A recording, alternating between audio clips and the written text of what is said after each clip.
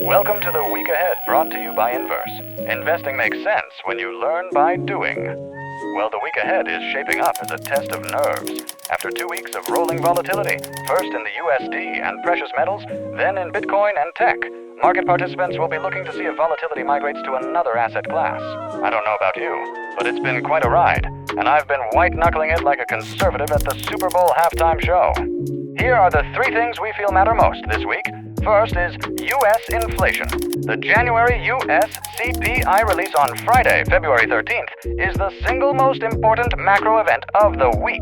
It lands in a market that has been hypersensitive to every inflation print, and it comes after 2 weeks of cross-asset volatility. With positioning fragile, even a small surprise could trigger outsized moves. Second is the U.S. employment report due out Wednesday. This is a major test of the soft landing narrative. A strong report could reignite rate cut skepticism. A weak report could amplify recession chatter. Either outcome could hit risk assets that are already wobbling.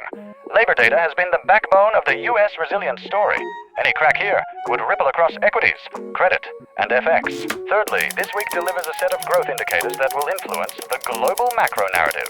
With China's CPI due out on Tuesday, the UK Q4 GDP Thursday, and the Eurozone Q4 GDP on Friday. Let's hope good things really do come in threes. In our earnings focus this week, there are no megacap tech names reporting, but that makes the earnings calendar more interesting. This week's results come from the companies that tell us what's happening in the real economy.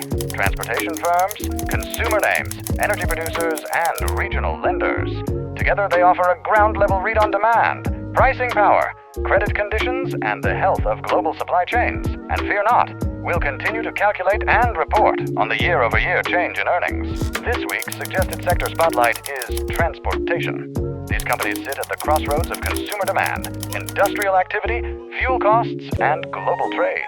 When the economy is shifting, they often show it before the headline data does. In our earnings analyses, we have noticed year-over-year declines in this sector. This week's transportation and logistics earnings offer a rare, ground-level look at how goods are actually moving through the system. Are retailers restocking? Are manufacturers shipping more or less? Are freight rates stabilizing or slipping? Are fuel costs squeezing margins? These are the kinds of signals that don't show up in CPI or GDP until months later. If transportation companies report soft volumes or cautious guidance, it could reinforce a defensive tone. If they show resilience, it may help stabilize sentiment. We'll tease out this sector's results like I tease out my pompadour next time in our weekend review. I guarantee lots of volume, lift, and texture. And that's all the week ahead.